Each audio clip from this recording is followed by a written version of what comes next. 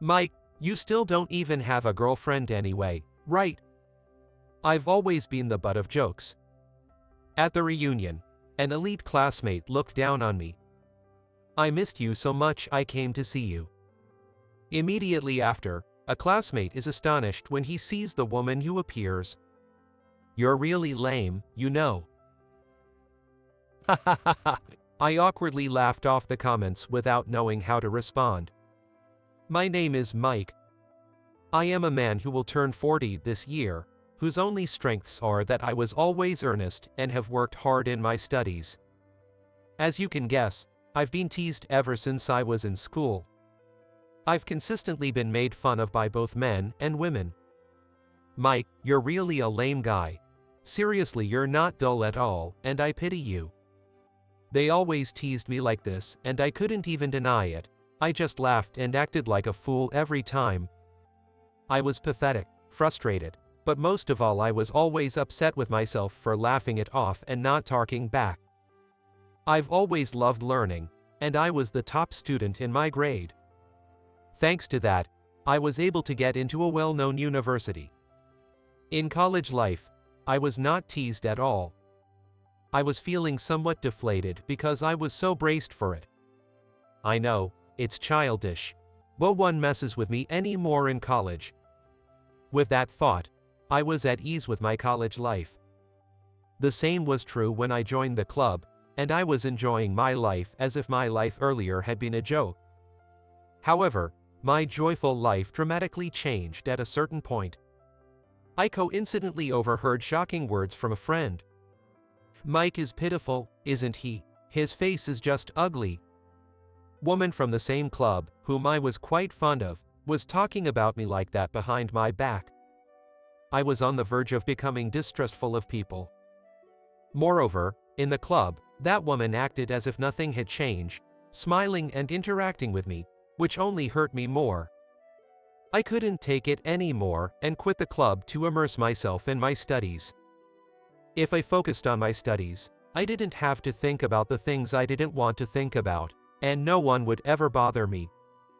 And so, I graduated from university with excellent grades and was able to get a job at a major company. I was assigned to the IT department, where I rarely have to interact with others, as I had hoped. Every day was about maintenance and troubleshooting. Since I was dealing with machines, there were no weird anxieties, so I felt secure. It was my ideal job. Though I tried to avoid interacting with people as much as possible, conversations were essential for work-related communications and understanding the surrounding situation. I was scared to talk to other people, and each time I did, I got a weird reaction, but it was a lot better than when I was a student. And then, a few years later, I learned about a new female employee in another department, named Laura Lauren. My colleagues were amazed by her appearance, because she was an incredibly beautiful woman. When I happened to pass by and saw her, I was not only surprised by her beauty but also felt envious. This company hires based on academic performance. Moreover, she was in the administrative sales department. Unlike me, she seemed to excel at communication, as she was always surrounded by people. Laura is quite pretty, isn't she? And she's great at her job too. Truly a perfect person. I wondered if I could have led a shining life like hers if I had her looks and communication skills. What's that? One day on my way to work, I found a wallet on the side of the road. The wallet looked quite pretty, probably belonging to a woman. It was a bit out of my way, but I decided to take it to the nearby police station. Please take this with you, said the officer, handing me a found property receipt. Holding this meant that if the owner didn't show up within a certain period, the wallet's ownership would transfer to me. Checking my phone, I realized I was running late for work due to the time spent at the police station. Wait, I'm going to be late. Oh no. In my rush to leave the station, I bumped into a woman trying to enter.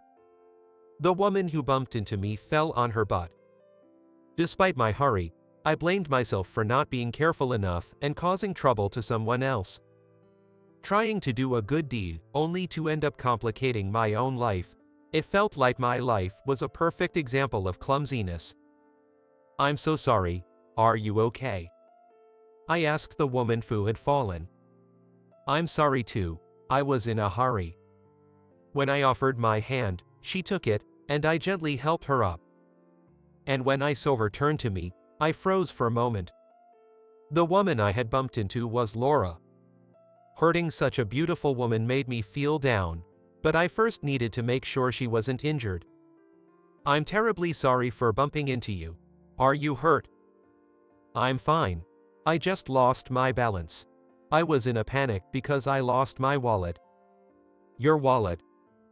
I explained about the wallet I had found earlier. Her face lit up instantly. "That's my wallet."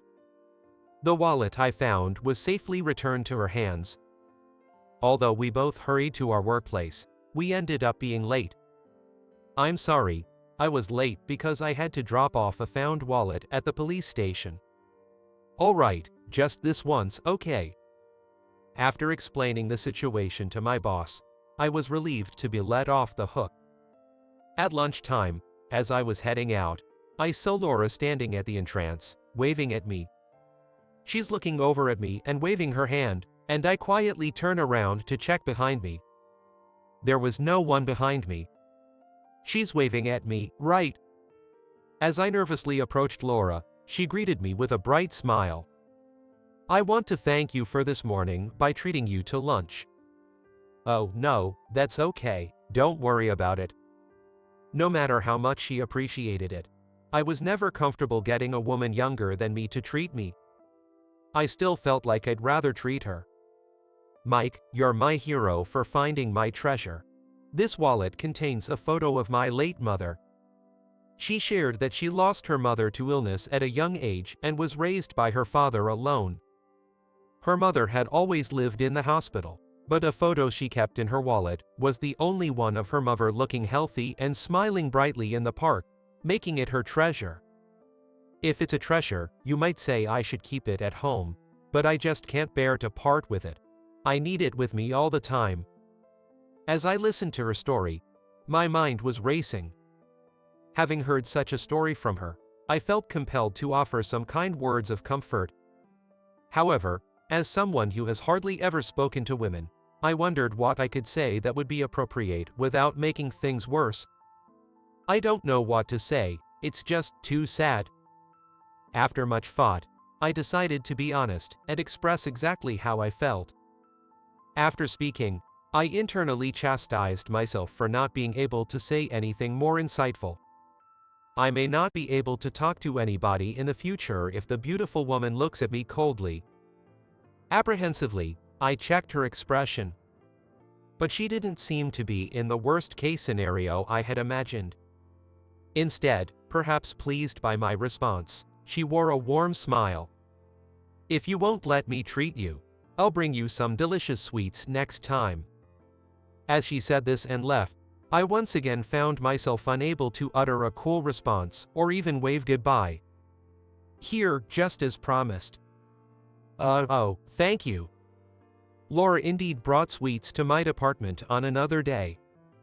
They were the kind of expensive-looking sweets you'd find in a department store, and I hesitated for a moment to accept them, but her smiling enthusiasm made me cave in and take them. "Wow, Laura gave you sweets. Man, I wish a beauty like her would give me something too."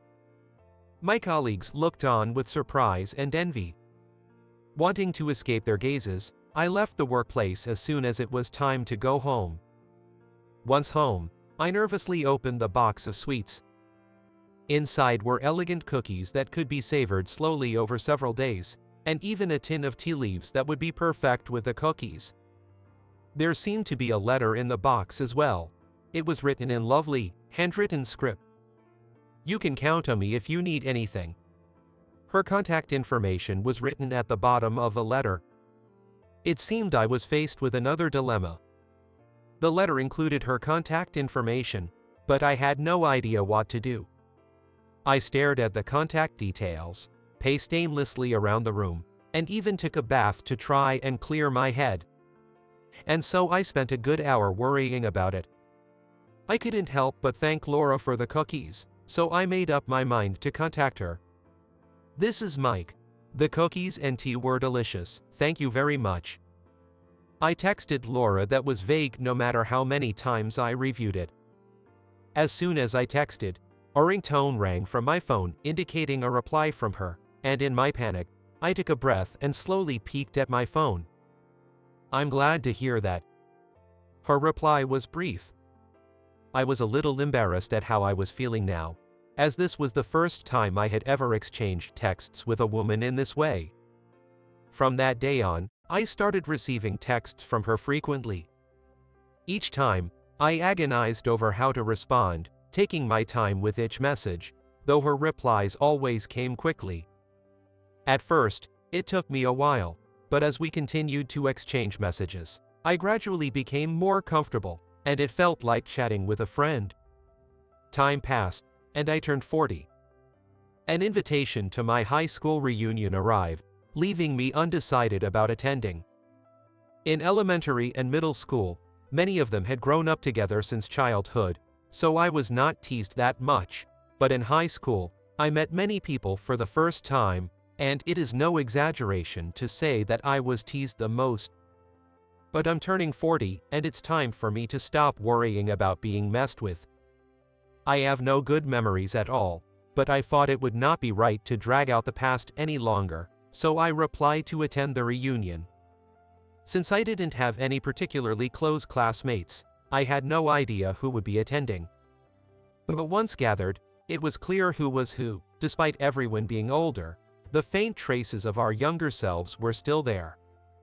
Following the faint traces of our younger selves, I mentally confirmed each person's name.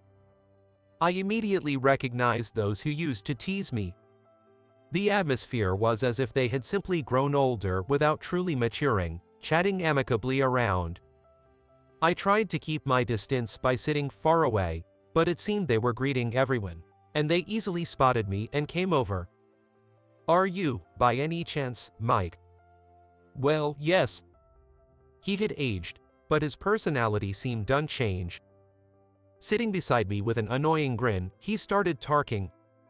"Whoa, it's that Mike. You're still looking as dull as ever." Ha ha ha ha. My response hasn't changed from the past either, and I just laughed at the appropriate moment and covered it up. Prompted by his voice, a few more classmates came over and joined in. "I've always been good, right? I'm on my way to becoming an elite. I bought this watch with my bonus the other day, and I work for a very huge company. My wife's a real beauty, you know, every day's just fantastic." Several classmates boasted, seemingly trying to one-up me.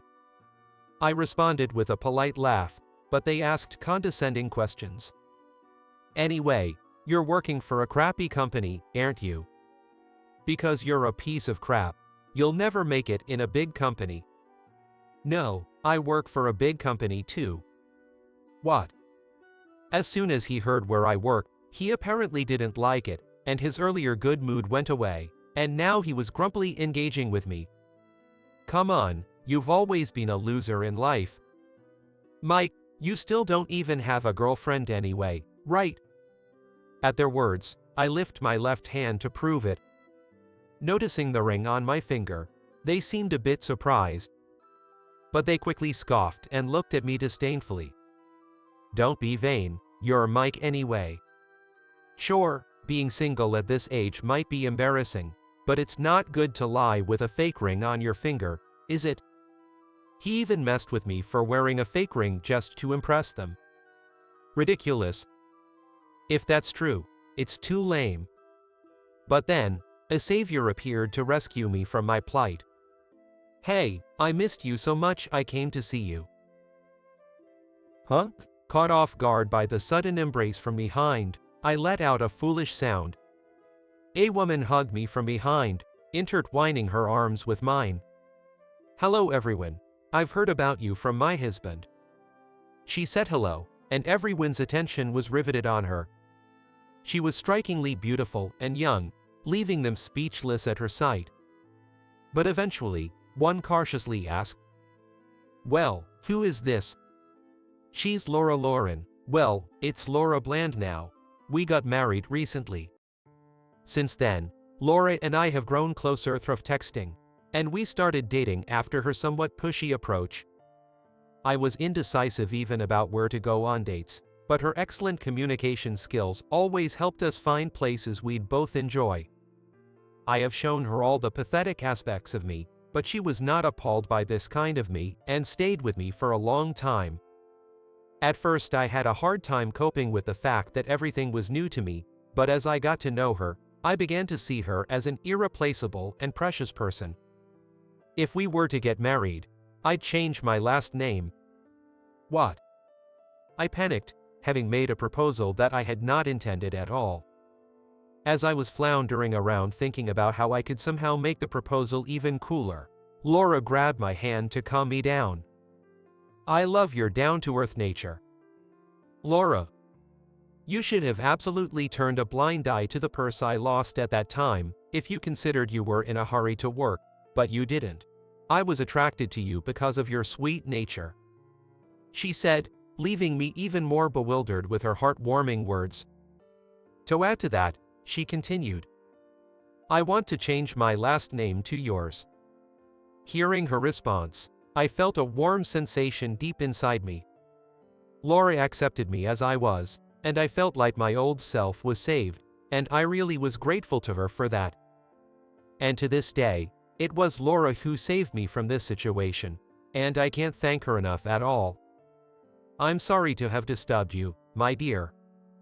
No, it's actually perfect timing. The atmosphere here seems a bit off, so I think I'll head home early. Laura's arrival had caused a stir at the reunion. With all eyes on us, the guys nearby seemed frustrated. Let's go now. I was pulled outside by Laura's unexpectedly strong grip. Outside, the bustle of the indoors was replaced by a serene quiet. I'm sorry, you seemed troubled yesterday, so I was worried and came to check on you. No, really, you saved me, thank you. You should have talked back to them. She must have witnessed everything. I hadn't noticed her, even though she might have been waiting for the right moment to step in. We've kind of ruined the reunion. How about we go for a drink somewhere before heading home? We're going on a date now. Where should we go? I'm happy to go anywhere as long as I'm with you. Thanks to her, I was able to confront my difficult past. Determined to protect this happiness in our future, I'm motivated to work hard every day.